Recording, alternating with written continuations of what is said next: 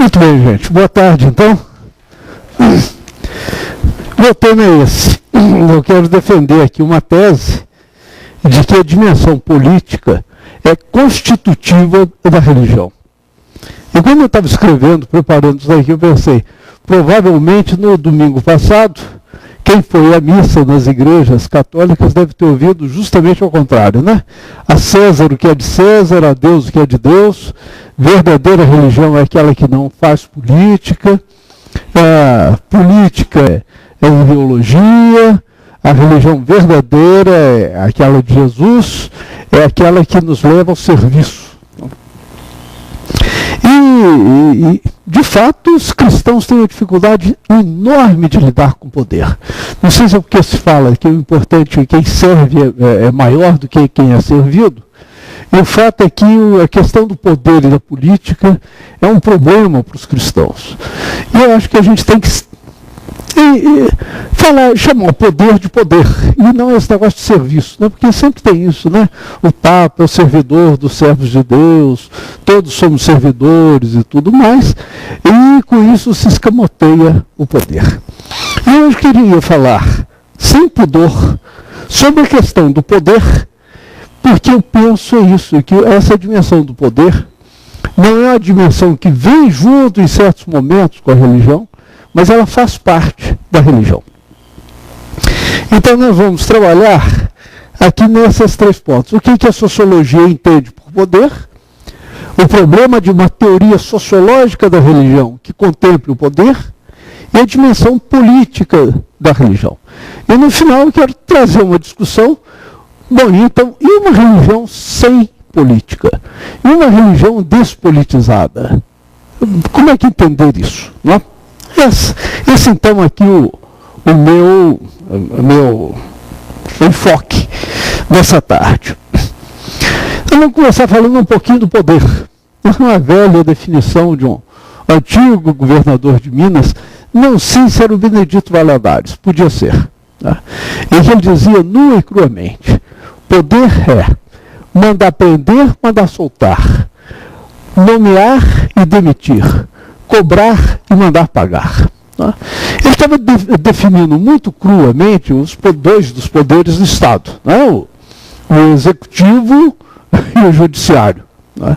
Mas, de certa maneira, o poder é isso mesmo. O poder é quem nomeia e quem demite, tem o poder. É quem cobra e quem paga, tem poder. Tá?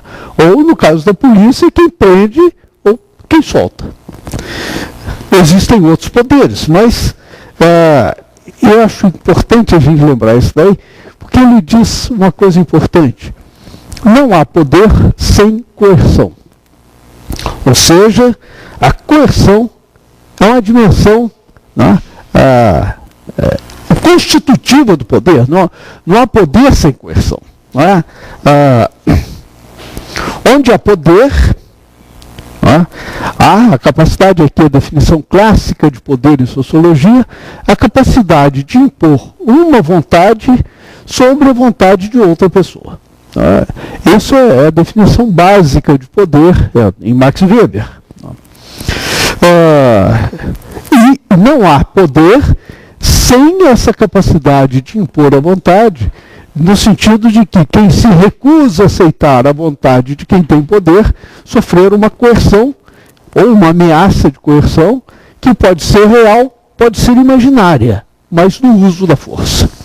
Então, a coerção é esse emprego, ou efetivo ou dissuasivo da força de constrangimento físico.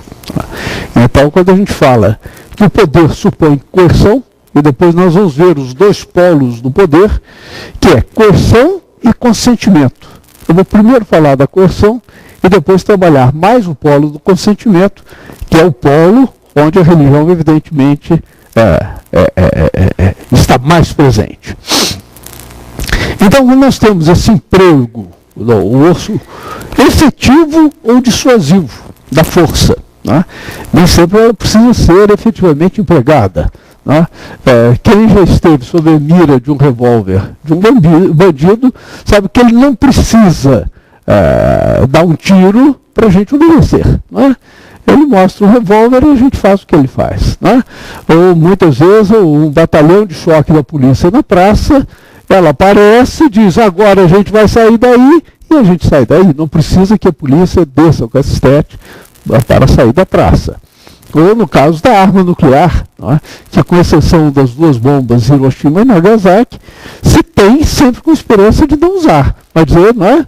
Ó Irã, se você quiser fazer bomba atômica, nós já temos aqui um outro tanto para jogar em você. Não é? Então, a dissuasão também serve.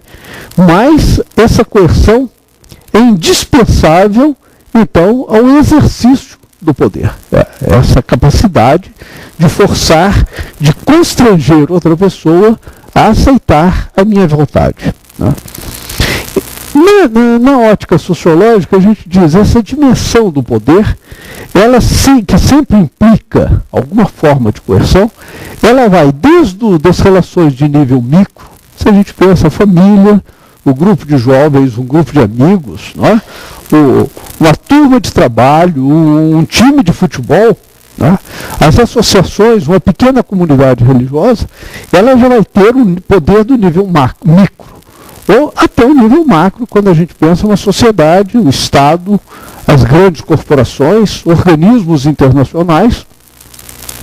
Então, onde quando um ser humano impõe a sua vontade sobre outros, existe poder. Então a gente vê um dos problemas sérios hoje, não vou entrar nisso daí, na chamada governança mundial é isso. Existe a ONU, mas a ONU não tem meios de coerção para fazer valer as suas decisões. Ela tem que recorrer aos países membros que vão então oferecer a ela esses meios de coerção. Então, chama atenção sobre a coerção, porque nós vamos depois trabalhar muito mais o outro lado, que é o consentimento, porque na sociedade civilizada, só o Estado tem o direito de usar a coerção, tem o direito de usar a força. Não é? Ele tem também aqui, o velho Max Weber, o monopólio do uso da força. Só o Estado pode usar a força, seja através da polícia, seja através das forças armadas. E não cidadãos particulares ou organizações privadas. Não é? Então, justamente, uma convivência civilizada é aquela onde se tem certeza que o outro não usará a força para impor sua vontade. Porque aí seria a lei dos mais fortes e não da convivência civilizada. E só o Estado usa força e, mesmo assim, dentro dos limites legais. Não pode usar essa força de qualquer maneira. Porém, o poder não se esgota na capacidade de coerção. A frase popular, manda quem pode, obedece quem tem juízo. O que significa esse obedece quem tem juízo? É porque no quem tem juízo significa há um consentimento ativo ou passivo de quem se submete a um poder. Né? Não há um poder nenhum que não tenha, pelo menos no horizonte, uma dose de coerção. Mas não há nenhum poder que se mantenha tendo como única base a coerção. Todo poder requer o consentimento de quem se submete. Né? O antropólogo francês, o Maurice Godelier, ele usa essa expressão que eu gosto. Né?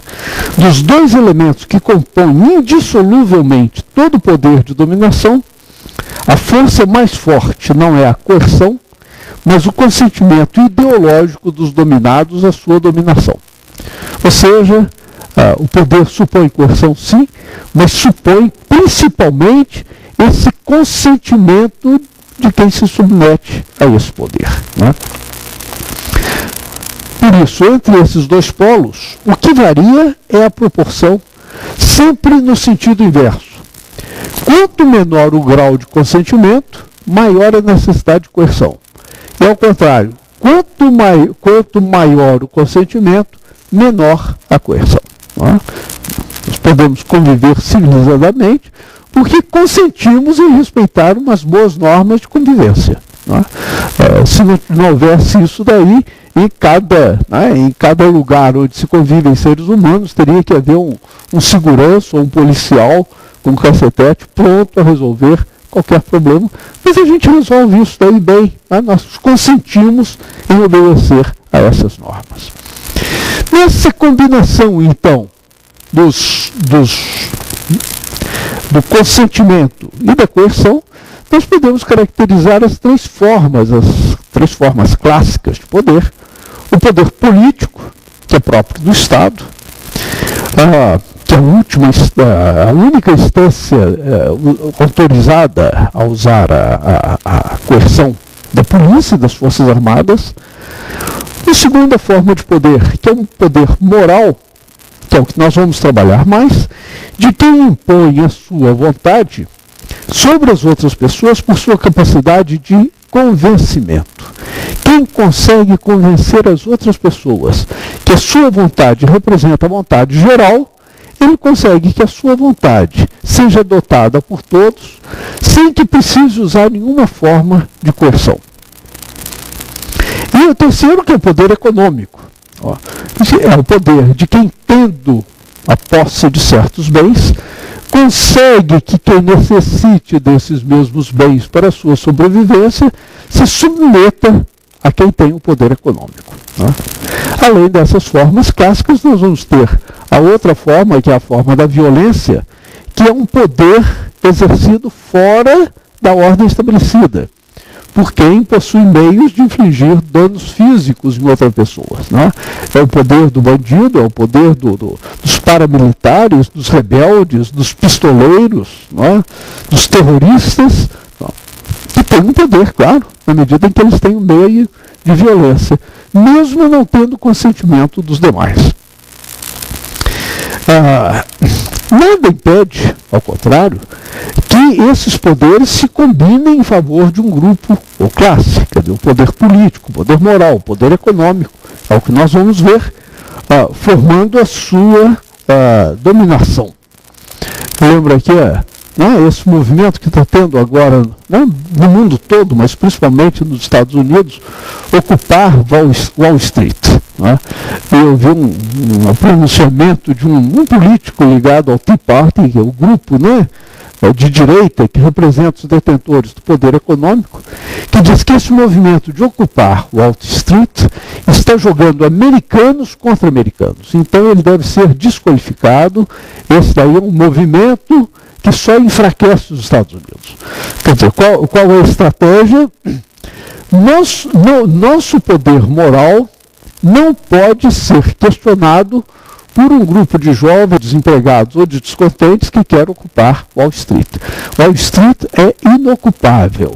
Wall Street representa os interesses dos Estados Unidos, portanto ele não pode ser questionado. Quem questiona Wall Street está enfraquecendo o país. É o argumento do Tea Party.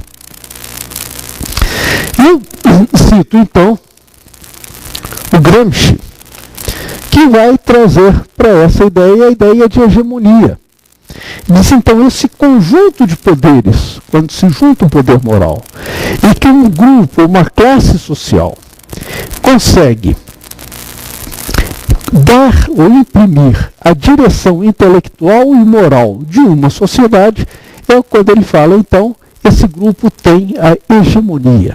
Ou seja, não só ele tem o poder econômico, não só tem o poder político, tem um poder moral, e ele consegue, então, conduzir o conjunto da sociedade. Esse é o sonho de toda classe ou de todo grupo que quer ser dominante. É que ele tenha hegemonia, que ele possa imprimir a direção dessa sociedade. E ali se explicita esse poder moral, que deixa na reserva. Não é que a coerção ou a força física tenha desaparecido, mas a capacidade de produzir convicções e agir sobre os corações e mentes é tão forte, é tão grande, que a capacidade de coerção pode ficar na reserva. Isso daí é a forma de poder de quem tem opinião pública, a mídia, as igrejas, a escola, lideranças carismáticas, as intelectuais. E quando essa capacidade de produzir convicções se une à capacidade de mobilizar pessoas, nós temos propriamente um poder social que se manifesta como capacidade da sociedade. né? E aqui é interessante, né? Ai de quem, por mais força política e militar que tenha, que enfrenta a oposição do poder social. Tivemos exemplos disso na chamada Primavera Árabe, né? As revoltas populares, revoltas desarmadas, revoltas não violentas, no Egito, Tunísia, né? Iêmen, Síria, não sei até que ponto a gente pode dizer da Líbia, mas que também teve, pelo menos uma parte dessa revolta foi não armada. No caso do Brasil, o caso dos generais durante a ditadura militar é interessante, porque eles conseguiram, depois do ato institucional número 5, eles tinham a seu dispor todas as forças. A força da repressão policial, da repressão militar, censura à imprensa, cumplicidade de banqueiros, de fazendeiros, de empresários, calaram as universidades, dobraram o legislativo, dobraram o judiciário, mas perderam a sua credibilidade na sociedade civil.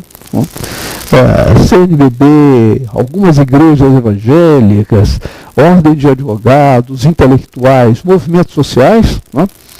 E todos que começaram a lutar por direitos humanos acabaram desmoralizando o poder militar. Eu acho muito sintomático que o último deles tenha saído do governo dizendo: só quero que me esqueçam.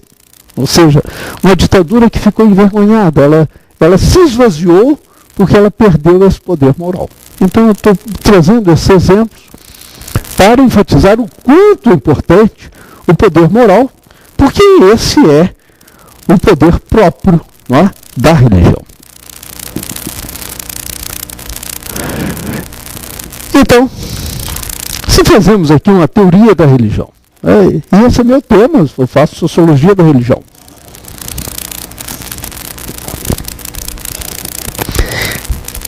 A religião é um sistema de símbolos sagrados. Estrutura-se na medida em que seus elementos relacionam-se entre si, formando uma totalidade coerente e capaz de construir sentido para as experiências vividas. A religião, ela existe, ela funciona, ela tem vida, enquanto ela produz sentido.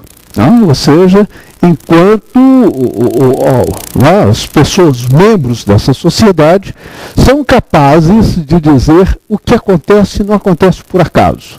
O que acontece está dentro de uma ordem que é, de certa maneira, imposta ou pelo cosmos, pela natureza ou pelas divindades. E dá sentido para as experiências vividas. Então, as categorias propriamente religiosas, sagrado, profano, material e espiritual, eterno e temporal, o que é do céu, o que é da terra, isso funciona como eixos organizadores desse sistema. E a força é que, sendo revestidas de caráter sagrado, eles são retirados, não podem ser objeto de discussão. Isso torna a religião, essa é a tese de Durkheim, somente ela, capaz de assegurar o consenso lógico e moral de uma sociedade. Ou seja, a religião, ela dá essa base do consenso lógico, do consenso moral, da definição do que é o bem e o que é o mal de uma sociedade. Vamos usar, então, um autor que eu gosto muito, que é o Pierre Bourdieu, que vem na trilha de Durkheim, na trilha dos clássicos, e que fala dessa capacidade da religião, a capacidade de consagração. Ou seja, ela é capaz de absolutizar o relativo e legitimar o arbitrário. Eu gosto muito dessa expressão dele, né?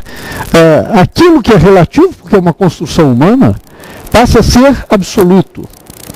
E aquilo que é arbitrário é assim, mas podia ser diferente, também está inscrito, seja nos desígnios divinos, seja na própria ordem da natureza. E onde isso tem a possibilidade de transfigurar instituições sociais que, por definição, são humanas, culturalmente condicionadas. A família, por exemplo, não é? É uma instituição humana condicionada. Passa a ser vista ou entendida como uma instituição de origem sobrenatural ou inscrita na natureza das coisas.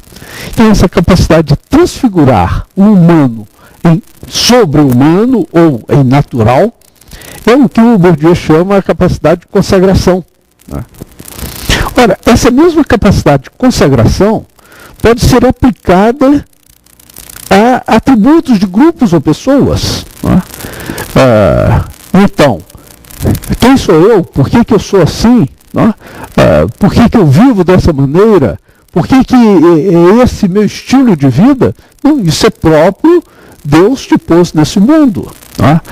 Isso é próprio da sua natureza. Você é homem, então o homem é assim. Se fosse mulher, seria diferente. Né? Porque isso é próprio da natureza. Deus quis que as coisas fossem assim. Né?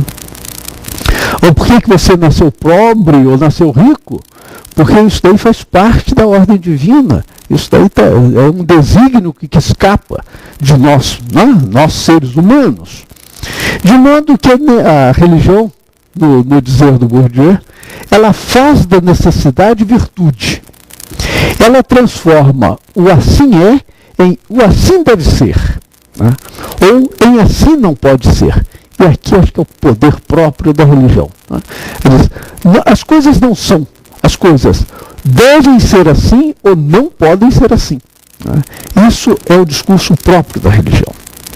E aí reside a sua eficácia simbólica e sua função eminentemente política, ou seja, a ordem social que aí está, que é uma ordem humana, arbitrária, sim? Assim? Tá? Bom. Sim. Então, aí reside a eficácia simbólica da religião e a sua função eminentemente política. Por quê? Nada melhor para obter o consentimento do dominado do que o pensamento religioso, do que um ideário religioso. Ou seja, a religião vem compor essa outra parte do poder, que é a parte do consentimento.